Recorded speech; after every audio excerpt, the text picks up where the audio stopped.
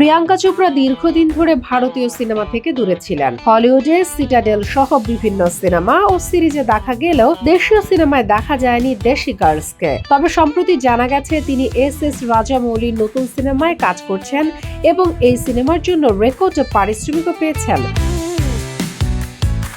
ভারতের গণমাধ্যম পিঙ্ক ভিলার সূত্রে জানা গেছে, প্রিয়াঙ্কা এই সিনেমার জন্য বাংলাদেশি মুদ্রায় ৪১ কোটি টাকা পেয়েছেন, যা পূর্বের কোন রাজামৌলির নায়িকার পারিশ্রমিকের দ্বিগুণ এবং হিন্দি সিনেমার নায়িকাদের পারিশ্রমিককেও ছাড়িয়ে গেছে।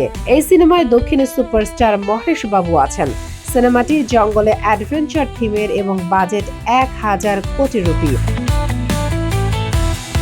পারিশ্রমিক নিয়ে দীর্ঘ আলোচনার পরই চূড়ান্ত হয়েছে প্রিয়াঙ্কার অংশগ্রহণ। তিনি নিজের পারিশ্রমিক নিয়ে এক চুলও ছাড় দেননি। ২০১৫ সালে যুক্তরাষ্ট্রে পাড়ি দেওয়ার পর থেকে প্রিয়াঙ্কা ভারতীয় সিনেমায় খুব কমই দেখা গেছে। জয় গঙ্গাজল ও দ্য স্কাই ইজ পিঙ্কের পর তার দেশে ফিরে অভিনয় করা এই সিনেমাটি হবে বহু প্রতীক্ষিত। শামীমা আক্তার, বাংলা বাজার পত্রিকা, ডিজিটাল।